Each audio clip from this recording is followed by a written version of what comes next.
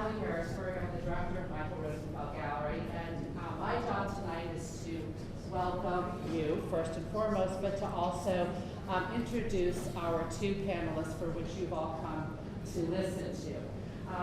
Barbara Cavaliere has been a friend of the galleries, personally of Michael and mine for years and years. And we connected over art, and specifically the work of Theodore Stalos. Barbara, as you'll hear tonight, was very close to a number of the artists that are exhibiting in our Globalism exhibition, and you will also hear more about how this exhibition came to be with a conversation that Barbara and Michael were having in the summer. A spontaneous combustion of nice. in order to have this happen. Tennis match. Certainly I have known the writing and the work of Robert Hobbs, and it is really an honor to meet you tonight for the first time, having digested many of your texts and volumes, but in particular, I have to bring the book out tonight, Abstract Expressionism, The Formative Years, because for Michael Rosenfeld, this was a transformative exhibition and catalog. As a young student, I was 16. Really? Oh my God. Really?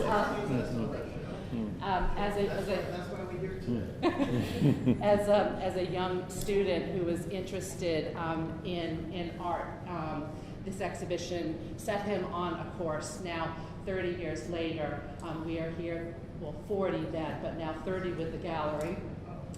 We are here tonight to welcome you, and we appreciate both of you being here to share and illuminate your thoughts, ideas on a period of American art that has had peaks and valleys in terms of interest, global interest. And with that, I welcome both of you. Thank you. Tonight's format, just so you know, it will be about 45 minutes of Barbara and Robert talking, and then we hope to open up the last 15 minutes for questions from the audience, and then I hope you'll join us for another 30 minutes to continue our reception. So enjoy and welcome. Okay. Thanks, Thank Helen. you. Thank Okay, first I want to thank Michael and Hallie for so enthusiastically agreeing to do this great exhibition. And congratulations on their 30th anniversary of the gallery. Can people hear you? And then there's Robert Hobbs, who I've known for like umpteen million years, and who graciously agreed to come here tonight. My idea originates from an exhibition that we organized at the Downtown Whitney on the Independent Study Program in the spring of 1975. And it led us to co-writing our first article together. I don't know how we ever did that, but we did. We wrote it together, and we published it in Arts Magazine in April of 1977. So this is the little brochure that we did when we did our little Whitney show. And you can see Globalism pops into view because it's part of a facsimile. I sent one to Robert. She sent one to me. I sent one to him. He has it. Yeah. And so I saved them. I don't know. I'm crazy. I saved it all these years. And this is we just put together a bunch of quotes by all the artists that were in our show, and it's on newsprint because it's the New York Times. So this is actually how this show came to be. I was actually thinking about what's going on now, the isolationism that's going on in the country, and this came to mind. And then I heard, I thought, well, it's time to do a Globalism show, and it's something that sort of links all these artists together, the fact that they were both very internationalists in their thinking. And that's what I think underlies the reason for the idea coming together in the early 40s. And it did happen in the early 40s. The idea came together in the early 40s, not in the 50s, like a lot of people think. It was already happening in the early 40s. They were all here. And so if you look at the works in the exhibition, you'll see a resemblance. They're sort of like cousins. But you also see a difference in them. And these individual characteristics show through, I think, the similarities. So the question is, what happened? What made it happen? when it's not a theory, it's just one underlying, I think, essential reason.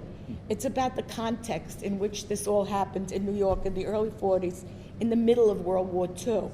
So it's about the ingredients. There were artistic ingredients, more generally cultural ingredients, and political ingredients that were cooking together in the same pot, so to speak, simultaneously in New York by 1943, which is the year that this Globalism show took place. I'll lift it up later so you can see it. And that was the pivotal year, I think. So I'm going to read to you an essay that was written by Barnett Newman, a little quote, in 1942-43, which remained unpublished until 1990, when my old boss, John O'Neill, who was the head of the Barnett Newman Foundation, published it in the Selected Writers. He was Chris's boss, too. So here's the quote. Barnett Newman wrote, "It is a serious short-sightedness to consider isolationism a regional political bloc. To do so not only means that we fail to understand its force, but it also gives us a false sense of security that must make us more vulnerable to isolationist tactics should they ever again have the opportunity to direct their bogeyman. To get rid of these enemies of world progress, we must drive them from every field they have penetrated. And make no mistake, unless we do, isolationism will again rise to poison and corrupt American life, more venomous, more anxious to succeed, and this time more ruthless in its attempt." Kind of prophetic, I think, of Barney Newman in 1942. So then I realized I was watching this address at the General Assembly of the UN in September, this past September 24th, when our great president said, quote, "The free world must embrace the national foundations. It must not attempt to erase them or replace them. The future does not belong to globalists. The future belongs to patriots." Well, 1943 was the year that the United Nations became very active and emphasized the major role of the United States in future global socio-political affairs. So it's kind of interesting to me that he would stand up in front of the UN and say that very thing. Anyway, so this is a facsimile of the New York Times published 3 articles that were reviewing a show by the Federation of American Painters and Sculptors that took place in 1943. And this, in the first one, the old art critic for the Times was this very conservative old critic, Edward Alton Jewell, who didn't really understand what was going on here. And of course, had no clue what this Rothko, Syrian Bull, and Persephone by Adolf Gottlieb were about. So he was very negative. His first little review was very negative. And it quoted the Federation of American Painters and Sculptors, who were actually founded in 1940 and had among their members these varied artists: Ilya Bolotowsky, Byron Brown, Adolf Gottlieb, Malcolm Green, Mark Rothko, and some of the artists who came to New York during World War II. By 43, Milton Avery, Herbert Ferber, John Graham, Joseph Stella, Bradley Walker Tomlin, and Asif Zakin, quite a group, were in that group. And they stated their goals in the catalog, which said that they wanted to go with the new spirit that demanded of artists and the public today. Quote, 3 years ago we stated we condemn artistic nationalism, which negates the world tradition of art at the base of modern art.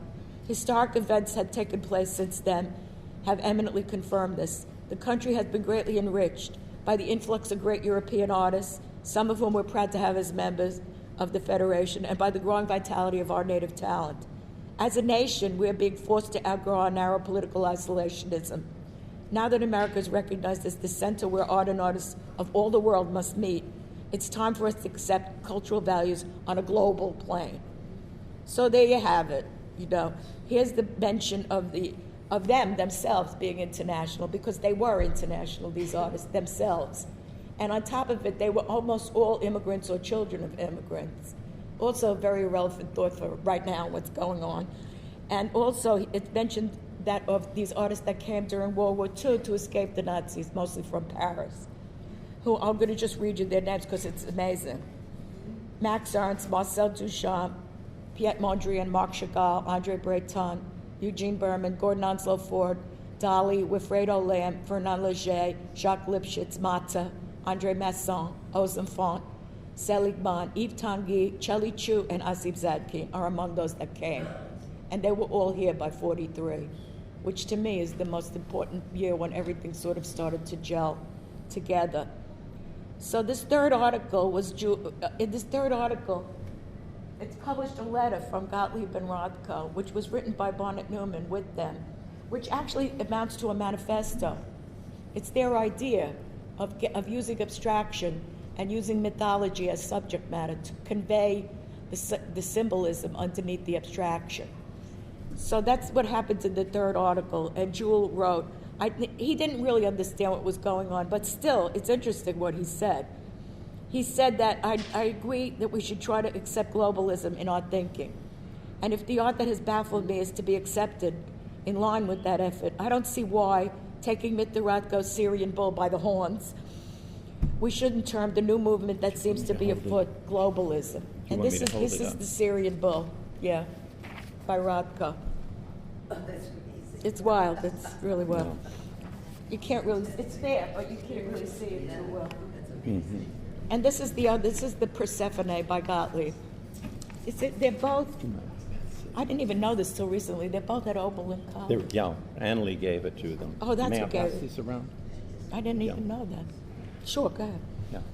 Okay, so he said that he would, even though he didn't feel that that he understood what was going on, he felt that he said, quote, I feel that this could be a historic moment, even though statements to which we now come have left me, I confess, in as dense a mood of befuddlement as ever.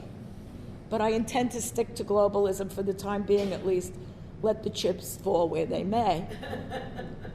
Okay, so these three artists were, of course, among the oldest of who came to be called abstract expressionists. And they knew each other for years, through the 30s. They were already, I think, in around 40 by 1943, right? All three of them. Have they born in the first decade? They were all born in 04, 05. Yeah. Three of them. So by 43, they were calling what they called, and they called it anti-nationalist myths, because they chose myths. God, I'm veering from my own script. But they chose myths that they thought would be different from the Aryan myth that the Nazis were pushing. Mm-hmm. So that's why they thought abstraction was a better way to go. They didn't want to be propaganda.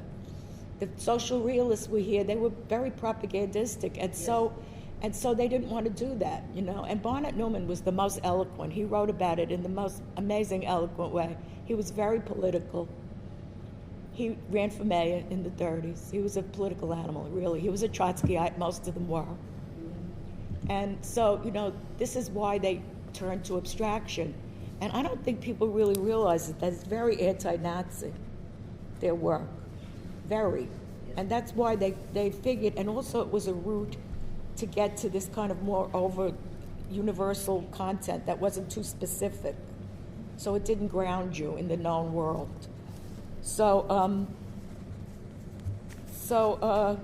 in addition to, one of the things that Barnett Newman quoted in his essay is the book called One World, which was by Wendell Willkie, who was the vice presidential candidate, I think, and that book was the most popular book of the year. It sold millions of copies. It was, you know, very, very famous. It got translated into a whole bunch of languages. And it was very much about internationalism. So a little quote from the book is, quote, America must choose one of three courses after this war. Narrow nationalism, which inevitably means the end of their own liberty. International imperialism, which means the sacrifice of some other nation's liberty. Or the creation of a world in which there shall be an equality of opportunity for every race and every nation. So that's the same mentality that these artists had. They shared it with Wendell Willkie, who was a Republican, but he was an internationalist, unlike a lot of other Republicans. So the last thing I want to really bring in is, in addition to these international origins of the artists and their interactions among themselves, with you know, like Gorky and de Kooning, both of whom were from elsewhere, became best friends here. And then, you know, the Americans became best friends with Mata, and all these interactions were going on.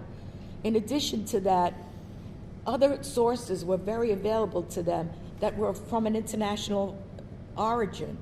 In fact, by 1929, when the Museum of Modern Art was founded, all through the 30s, they showed exhibitions of all the international modernists, and they collected Max Ernstein. No, they did a show recently of what they had of his in the 30s. It's amazing.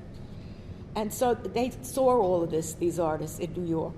They also saw shows by several dealers who were showing and who were having. And in the early 40s, there was, of course, Peggy Guggenheim and Betty Parsons and Max and Sam Coots and other people, and Pierre Matisse, who were showing all these sits. So they had a very fertile context to learn all of this in. But also, these art sources combined with a very varied combination of other sources outside art, beyond art, and that shared and brought, many of which they shared, but some of which just a few or one of them was interested in. I guess the major two are Carl Jung and Nietzsche, and they all use, Jung led them to the collective unconscious and using archetypes, which is what they were looking for as symbols, and Nietzsche brought them to the Greek philosophy of the Dionysian and the Apollonian, the opposition of two things, and they were looking for a balance between the two of them.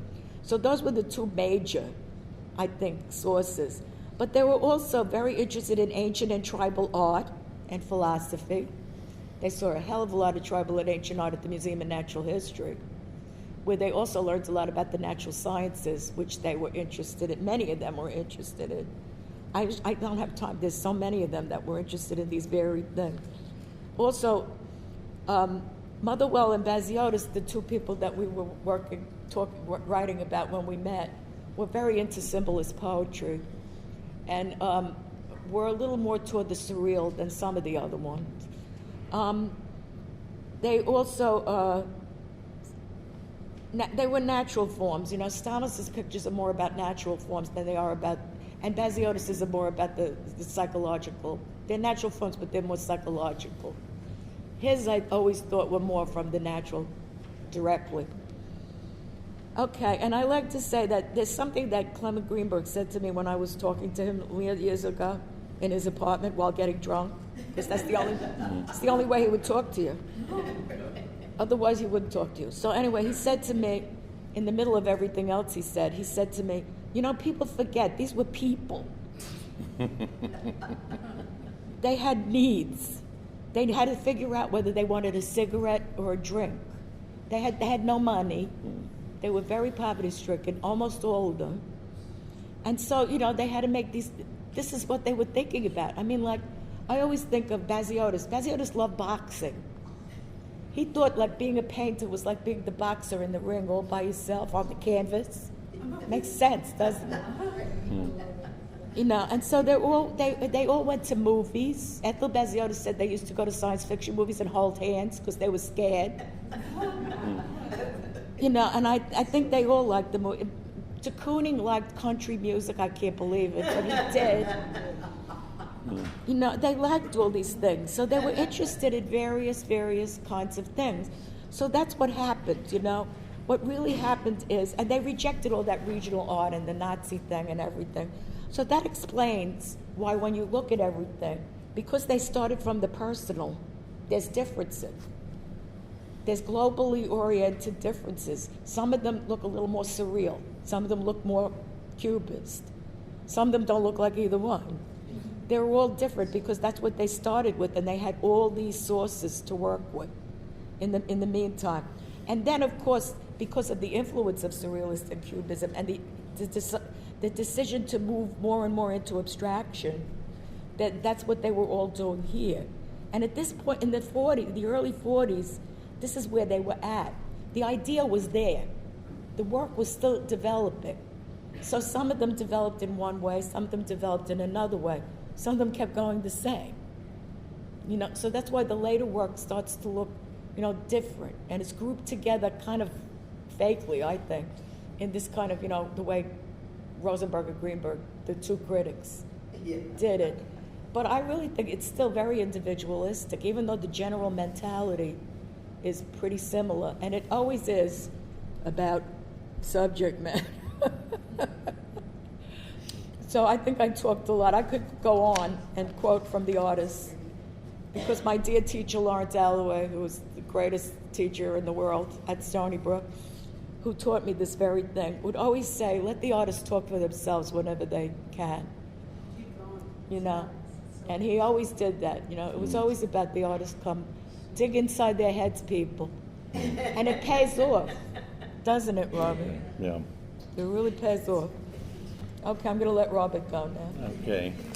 I want to start off by saying I think that Barbara's, first of all, I think the exhibition is extraordinary and the work looks so fresh, and my compliments to Michael and to Hallie on a brilliant show, a wonderful hanging. It doesn't feel too tight. It's very fresh and very open, and I'm so pleased to see it. And it's hard to realize that in the 70s, this work was simply considered traditional work.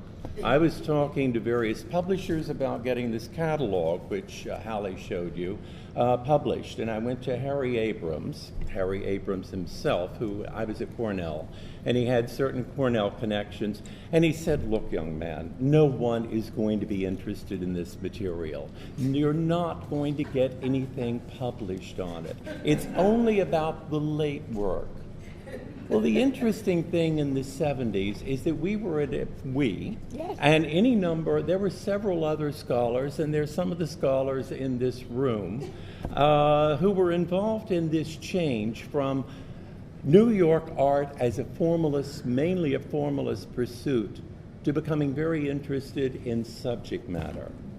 And just to give a little bit of background, in the article that Barbara talked about, it's called Against a Newer Laocoon. It's right here. And I had found the essay by Clement Greenberg that was published early on called Towards a Newer Laocoon. And for those of you who may not be aware, Lessing's Laocoon was a book that was written back in the mid-18th century when aesthetics was starting to split off from philosophy. And what he wanted to do was to say each art has a distinct purview. And in this purview, what he did is he made a difference between poetry that traditionally was trying to describe pictures and scenes, and painting that was, poetry was trying to describe these scenes, which was something much better that painting could do. So he said, look, poetry can do this, painting can do this. Some people don't realize that Clement Greenberg did know German, and he didn't have to read German to read Lessing, but he did read a number of people, and he picked up this idea of certain expendable conventions. And he basically said modern art, and he seemed to be right on target. If you look from Manet up to the 1940s, when this essay was written, was really about, getting rid of subject matter, getting rid of certain other things, storytelling, getting rid of things that painting doesn't need to deal with. And what happened was he was so powerful, and there were so many museum directors and collectors and others who followed Clement Greenberg and the art that he championed, that he was an unbelievably powerful critic. And then what happened at the end of the 60s is it seemed that modernism had run its course. And we were part of that group that was looking at Greenberg and saying, look, there's another way of thinking about this. He wrote a book on Miro, for example, who's a surrealist, and he never used the word surrealist because he didn't want to deal with subject matter. And he dealt with the idea of presence and presentness, and the idea that it comes from new criticism, which comes from literature, that all possible meanings inhere in the work of art. And so if you go beyond it to the biography of the artist, you go beyond to philosophical ideas and other things, you really are not paying attention to that work of art. In other words, it's a radical form of empiricism when you think about it in terms of visual art. And what we did in our essay was we pitted the artist against Greenberg. And we said, the artists deal with this, and these are the subjects. And then we showed what Greenberg was doing with the prescriptive criticism. And he was brilliant, totally brilliant, when this Towards a Newer Laocoon. Well, the interesting thing about presence and presentness is it deals with the subject of being, the sort of sense of beingness of the work of art. And it seems to me with this sense of beingness that it is fascinating. And what the artists did was they wanted to be poetic. They wanted to deal with a great number of subjects. They were dealing with certain psychologists, as you mentioned. Mm-hmm. Jung is someone who's been championed, but certainly Freud was important. And what's fascinating is you go back to Jung and you go back to Freud and you realize they were picking up a lot of ideas from anthropology. And if you think about anthropology, I'm doing some big stretches. We're doing great leaps and leapfrogging across centuries. You go back to the 18th century and to the idea of the Enlightenment and rationality and the rational human beings. Well, Romanticism rebelled against, the Enlightenment, and they felt, the heart knows things that the mind cannot possibly fathom. And what happened in the 19th century is that Enlightenment was sort of pushed off the table, but its legacy was anthropology and the study of all of these different tribes and different groups and different languages and dictionaries. It was like they codified so much of the ideas of the Enlightenment in the 19th century. And what developed from this is once you start studying one tribal group, another tribal group, one religion, another religion, is they started finding commonalities between them. And so the whole field of comparative mythology became very important. And here in the United States, Princeton backed the Boligan series, so there were all these books that Boligan was publishing. And what happens with this idea of commonalities and the idea of comparative mythology, and Fraser's Golden Bough was almost a Bible, and you're mentioning it in your essay. I got a preview of it, is that he suggested commonalities between different groups. A few years ago, I was working on an artist in Taos, New Mexico, B. Mandelman, and I was going through a library, and I realized in the 1930s there were any number of books that were published that were picture books that showed commonalities between different cultures. So they would put up a Dogon mask with a Cubist painting or sculpture. They would put up something Romanesque with a 20th century painting. And what happened was there was an idea that all art was very legible. If you just simply looked enough, you could figure it out. Now, this comes from the idea of significant form. Sure does. And significant form is Clive Bell, member of the Bloomsbury Group, who talked about a certain kind of aesthetic emotion. We have no idea what is meant by aesthetic emotion or significant form, but people thought they did. And they thought that this significant form could be found in, say, a Cubist painting and a Dogon mask, and that this kind of legibility was very important. What happened to the artists, I feel, that are in this exhibition is that in their interest in the legibility of art, in their interest in comparative mythology, the fascination with psychology, as Motherwell told me once, he said, listen, a cab driver in the 1940s was current with Freud, maybe not with Jung, but certainly with Freud, and would talk about psychological ideas. It was that current, is that they felt there was a way of becoming more abstract, but still legible, and they were using the whole idea of modernist indirection to suggest ideas. And they were using what you pointed out so well, is the idea of symbolist poetry. Now, if you go back to symbolist poetry and the person I love the most, well, there are two. There's Baudelaire and there's Mallarmé, and Mallarmé has fascinated me for decades. Mallarmé said he wrote sonnets, and if you think of a sonnet being published on a page, you have the white paper and you have 14 lines, and you have all the space around the sonnet. And he said, look, the page and the paper and the format should become part of the work of art. And Mallarmé, he was a high school English teacher, not a very good high school English teacher. And he lived down the street from Manet, and they saw each other daily for 10 years, even though they came up with their ideas independently. And he had these Tuesday night evenings when you had Degas, Monet, Manet, Debussy, Rodin. You had incredible groups of people walking up several flights to these Tuesday night evenings with Mallarmé. And the idea of modernism that the form of the work of art is part of the subject became very important. Now, Clement Greenberg talked about this in terms of two-dimensionality. But if you think about paint, and paint as something that is expressive in and of itself, then you get to an idea of something like this incredible Lee Krasner.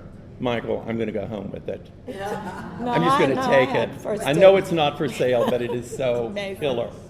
But there is, and I'm working on a book I've just finished on Motherwell and Alfred North Whitehead in terms of this whole idea of form and subject matter. And Whitehead is an incredible philosopher. Is this idea there is a spontaneous creation.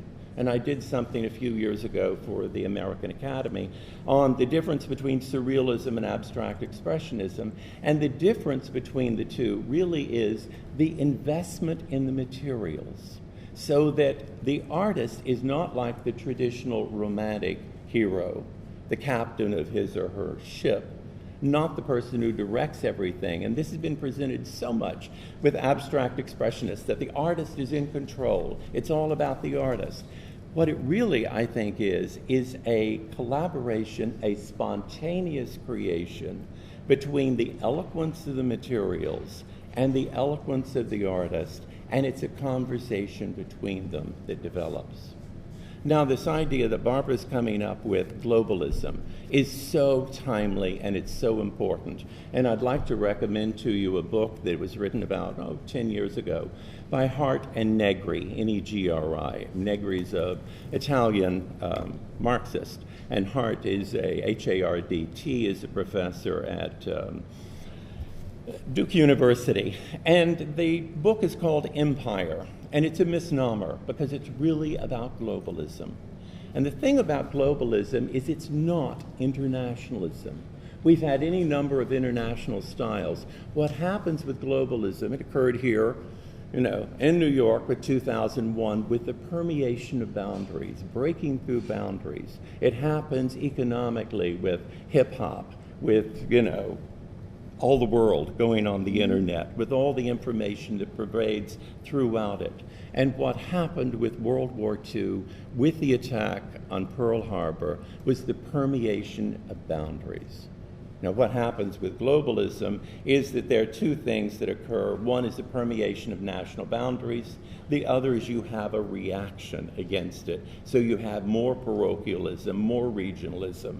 Think of all the people who suddenly were wearing, sweaters and shirts with flags on them, the people with the pickup trucks that were putting the flag decals on the sides of it. That is a reactionary, regional reaction to globalism. And I think what is so brilliant about what Barbara has done with this show is to suggest a new term for this supposedly transitional era, which really isn't transitional at all. It's very important, and they're quite mature paintings. I think everyone would agree when you go around and you look at them. They're really quite important. The other thing is, with this legibility of art, is that there is a belief in style not as a consummate separation, but styles as a way of communicating.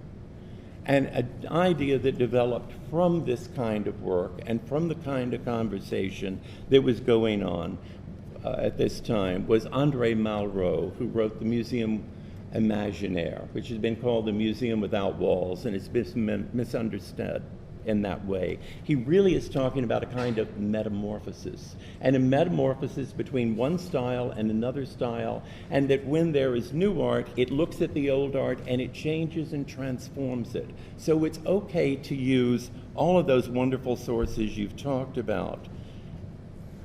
And go to the Museum of Natural History. All the time, they all went. People go while they still have all the totem poles and the dark lighting, and it's so dramatic because that's what they saw. Yeah. That part hasn't changed. No. So what really is that they felt they could borrow from any number of different sources because of the legibility of art, because of the fact that when something is done, it is one style in conversation with others, and there develops this metamorphosis with them. I think maybe I should stop on that. Now, I wanted to say that one of the other reasons why there's the reaction against the global is fear, because people are afraid of change and of admitting things that don't look like them. And they're scared, and they feel like they're going to move into some sort of box and be stuck there. And that's what they're doing to themselves, actually. You know, I love that, I guess, I can't, and I'm quoting Nancy Pelosi, who said, these people vote against their own interests. That's what they do. And, you know, why are they doing that? Well, because they're afraid that they're going to be, you know, inundated by someone who looks different from them. And look at these people in the early 1940s. You know, Barnett Newman's writing essays about Northwest Coast Indian painting, and they're going to natural history. And I don't know if anybody really realizes this, but Barnett Newman used to sit in that totem room for hours, and he loved those totems. And if you think about his paintings, you'll see a connection, a visual connection. I think what's interesting also, Barbara was talking about the age of the three individuals who were involved with writing this letter to the New York Times. They were in their 40s. Mm-hmm. I mean, it's probably the youngest one was Stamos, who was in his early 20s at those time, and Richard Pousset Dart was in his early 20s, and Motherwell was sort of, he was born in 1915, so a little older. In between, yeah. But there was a great fear in terms of moving away from recognizable subject matter and becoming abstract. And so some of these artists weren't willing to do it until they were in their 40s, and that they found a way of doing it. They used the myth and the mythology of the unconscious. And I think the unconscious, frankly, is whether it's Jungian or Freudian. Motherwell always talked about it in terms of transfer of energy. Pollock was someone who was seen a Freudian analyst. Lee Krasner told me, she said, I couldn't stand, I mean, you've seen Jung, a Jungian analyst, sorry. And Lee Krasner said, I couldn't stand Jung. I had nothing to do with him. That's and right. She saw Sylvanian. And it's very funny. Lee was like so rational and not. Pardon? Lee couldn't get flighty. She was very down to earth. Yeah, she was down to earth. Very. But the whole idea of Sylvanian therapy is one forms certain patterns in childhood that one continues throughout one's life. And so, well, I gave a talk at the 10th Street School a few years ago on Lee Krasner. It was so funny. There were so many Sylvanians who came out of the audience, and it was just really, really fascinating. But one of the things I want to talk about is Trotsky. You mentioned him. I love the idea that part of it, which I don't know that much about Trotsky, but you know, years ago, Stamos told me, I read everything by Trotsky. I just finished doing that. I read every single thing that's available by Trotsky. He's the greatest. And Stamos, of course, is somebody that got thrown out of Stuyvesant High School for being a communist. And never went back to school after that. He just kept reading. You know? So Trotsky to me is more important than any. I don't know if anybody's ever really I've done a few things on it. Lee Krasner thought Trotsky was fabulous. Yeah. And she was really still upset and still very angry when she would start talking about Pollock and Siqueiros, because she felt like the Mexican muralist Siqueiros was responsible for the assassination of Trotsky. And I went back to the Partisan Review, which was a magazine a lot of people, it was a kind of leftist magazine, and people, Greenberg wrote for it, and a lot of smart people did. It was a terrific magazine. Motherwell always said, go to the second chapter of Humboldt's Gift, and you will see what the Partisan Review was like. Well, the Partisan Review published this essay, and the thing that was so fascinating about Trotsky is he said, what society needs is a disenfranchised group of people belonging to neither one party or another. He needs that, the society needs that disenfranchised fringe, because that, and artists fulfill that. And that is a way of really coming to terms with what the society is about. So Lee Krasner, I think, loved the idea that Trotsky was non-orthodox. Mm-hmm. And of course, what you had going on in the 30s is you had the Midwestern regionalist, you know, and Pollock was close to Thomas Hart Benton, and he played the Jew's harp at these hootenanny sort of hillbilly evenings. And then you had a group of social realists who were very much, involved with the idea that art has to be about a subject matter. And then you had either communist or fellow travelers, people who belonged to the John Reed clubs, who were the socialist realist. And they felt that there was a need to dumb down the art so that this eventual proletariat could understand what was going on. And Lee Krasner, as you point out, very feisty, very smart, Very. did not want to dumb down anything for anyone. So the whole idea with Trotsky is they don't have to try to make art that is understood by the person on the street. They could make the toughest art possible, and that is what is very necessary in a society. And you can understand why Stalin probably was responsible for the murder of more people than anyone in the 20th century. But didn't Motherwell go to Mexico He went to to Mexico. see Trotsky? No, he didn't No? go to see Trotsky. Why that I did he know go to of. Mexico? He went to Mexico with Mata, Oh, and he right. went to Mexico, I think because it was there. And the Museum of Modern Art did this incredible thing because they did a show on American Indian art. Yeah, no, they And they did another show, the largest show ever at the Museum of Modern Art was 40 centuries of Mexican art, and they showed how the Mexican muralist and others picked up this tradition and made it very unique and important. And so the other thing that happened is Europe was cut off, and there was this Pan-American society that was joining, saying things have to happen in the Western Hemisphere. And I think of that's all the that reason. happened here in that moment, and how, I don't know, I can't get my head out of 1943 because that's when it really, really, really came to the foreground and started to work as a unit. I wanted Robert to talk about, he was talking about how a lot of great artists got together in Paris, but I wanted him to talk about the Exquisite Corps. I know you want to. Oh, the Exquisite Corps was something that was, it was a surrealist game, and it was the idea with the surrealist is a way of sort of enriching one's way of working and thinking through contrived accidents. And so with the traditional corps, if we were here at this parlor game, one would maybe think of a certain word or theme.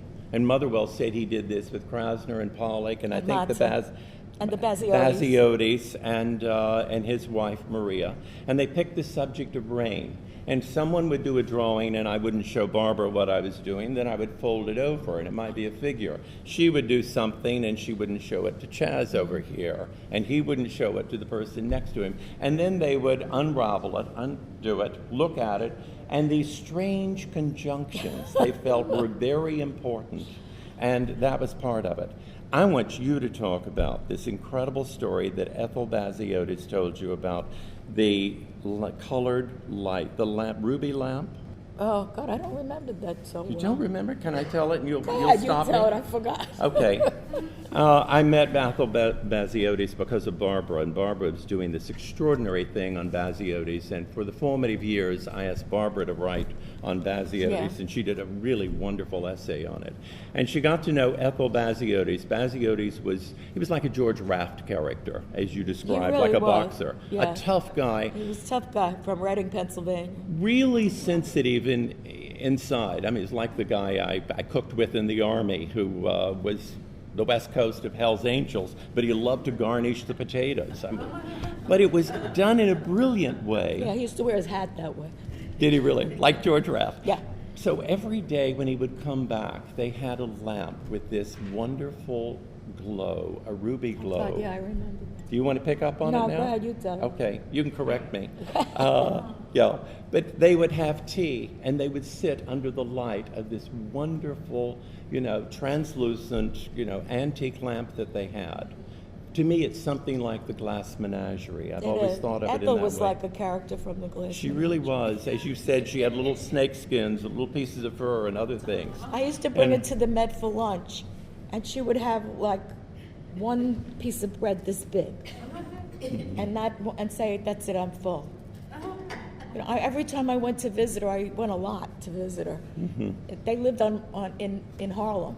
He lived in Harlem on 125th Street on the east side, and way up high, nice big up high old apartment building. I would bring her cookies, but she never ate anything. She never ate anything. She was herself surreal. And they said they used to, Motherwell and Baziotis used to dress those women up. Well, I want you to tell about Right? one of her zebra outfits or something. The zebra outfit. Yeah. One day I went to we had a little outing, my teacher Lawrence Alloway and me and Ethel Baziotis, and we went to the Museum of Natural History together, the three of us. So she showed up dressed like a zebra. And so much thought. With a lot of It was a thought. work of art. Yeah. Oh, yeah. But let me finish now. She was the a story. performance artist, basically. Yeah, she was before her time, yeah. One day, that lamp, the ruby lamp, fell and broke. Yeah. And rather than getting another lamp, it was like one part of their life was shattered, never to be redeemed. And if you look at the two Baziotis in this show, you'd say, okay, they're like opals. They're gorgeous. He glazes, glaze after glaze after glaze. And he gets this incredible translucent color. And it's like this ruby lamp and this incredible sort of ethereal light. But then there's something else that is very charged, that's, I wouldn't say melancholy. She used to say it's like the calm before the storm, his pictures. The what? The calm before Oh, the nice, storm. nice. She always said that to me. Yeah. You'd think they were all peaceful, but not really. No, there's something Underneath else. it, there's an incredible horror, really. They're kind of amusing, too, if you look at them in another way. They could be both, you know. I always think people don't realize that these people could be kind of amusing, but they could. But anyway, the Baziotis is very much that way. And we always talked about how it was like, it was below the surface, something was going on. And I think it's a lot because he liked underwater forms. He used to go to, in the early, I guess in the 40s, the aquarium in New York was at South Ferry. And he used to go there all the time and stare at the underwater forms. So if you really look at his work, you could see that there's some sort of connection with these kind of creatures from deep down under the sea. And they're hanging on the edge, or they're reaching up, or they're trying to touch each other. So it's like they're having a hard time. It's not easy, you know. It's And like, this- how tough is it? I'm sorry. And this is a metaphor for the unconscious, because Yes. what they were trying to do was to find metaphors that work for the unconscious so they could suggest, think Paris is cut off, Vichy fronts, there's the Pacific theater, the European theater of World War II. And this is where I think Jung was brilliant and important with the idea of an archetype. And an archetype is a genetic predisposition to a certain kind of imagery. So a young child or an adult in New York and a Hottentot might have the same dream or same image. And so there was the feeling that somehow the taproot of culture could be found and begun again, and these paintings represent that kind of effort, which I think is extraordinary. And I have to tell a story about Mata, since we're in front We're of this. sitting right here. Extraordinary Mata. I was in Paris and I had taken the Robert Smithson show there, and the people were really nice. And they said, who do you want to meet in Paris? And I said, well, there's only one person that I really want to meet, and that's Mata. And I said, I want to talk to him about what it was like. him too. You met him also. Yeah. And he was unbelievably charming. He told stories in a most amazing way. He got on the floor, he rolled around, he picked up things, he moved them. And then he described at one point, he said, you know what it was like to go and have dinner? Have I ever told you this story? No, you never told me. What is it like to have dinner with one of the abstract expressionists? They invite you over for dinner. He said, maybe with Motherwell, you would dine, because Motherwell's father was head of Wells Fargo, and Motherwell was a foodie before foodies, and, incredible. And but Mata said they would open up a can of beans, put it in a pot of water, heat it up, empty it on the plate, and he said, that was dinner. They didn't have any money, too. So They had no money.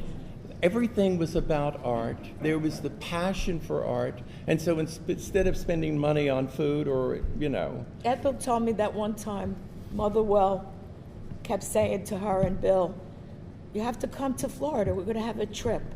And she said, he didn't understand. We didn't have any money. We couldn't even go next door, much less to Florida. And he just didn't get it. You know, dear Bob, he just didn't understand that. Because he had the wherewithal, you know. And he was probably one of the only ones that did, I guess. Right? I don't think any of the rest of them had any money, did they? Pusat Dart's Pusat family. Dart, yeah. Yeah, they did. But it was interesting because he just, you know, and they couldn't understand his either on that level, you know, that he could be so free about doing stuff like that. So, but they were very, very close, those two.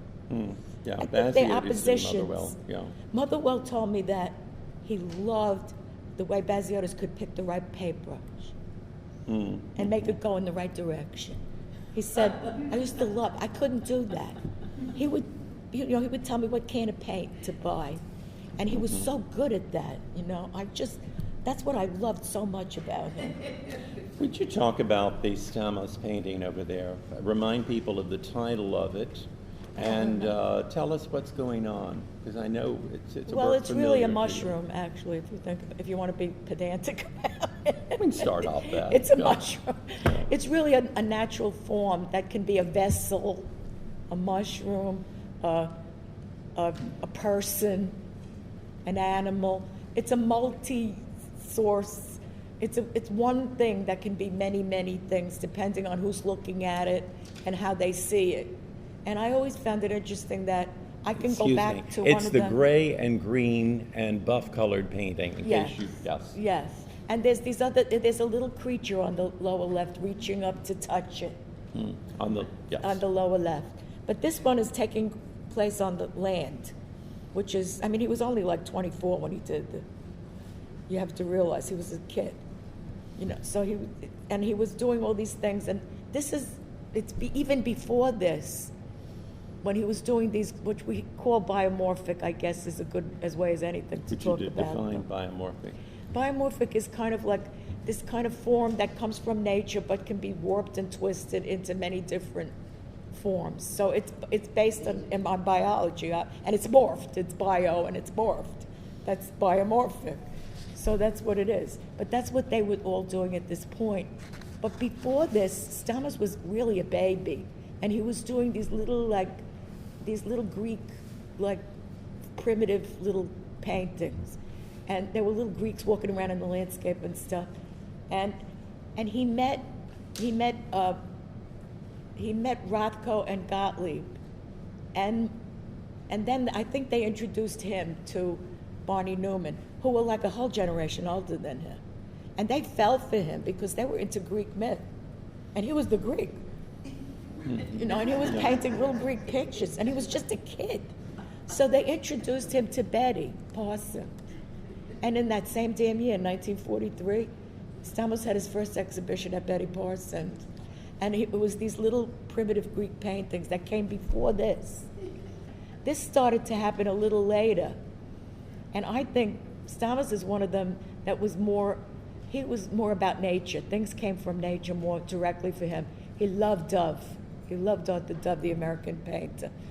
And his father owned a flower shop in Lower Manhattan. He was raised on the Lower East Side, Stamos. And his father owned a flower shop there, and they used to get in the truck and go to the North Bronx and pick flowers and branches and leaves and rocks and things. And I think that's how he got like all involved with looking at things in nature that way. In a way that, if you think about Gorky, who was also into nature, is very different. You know, even though they were both into the same sort of thing, you know, Gorky got into this close-up, you know, little close view of things. Like it's more like little creatures and little things in the grass that you're looking at. Whereas Stamos would look away a little bit more, and he was more interested in finding forms that look like several things. He also loved Morris Graves, who Michael Rosenfeld has championed for years. I love Morris Thank Graves. you, Michael. He's a great artist that nobody understands. He's one of my favorites. He's an amazing artist. And Stamos loved Morris Graves. He actually went out to the West Coast to visit him. Let's take questions, shall we? Okay. Questions. We have a few minutes before we stop, so you can have a glass of wine We and want eat some of the questions. munchies out there. Any questions you want to ask? And if I don't know about a painting, or Barbara doesn't know about a specific painting, we'll ask Michael to help.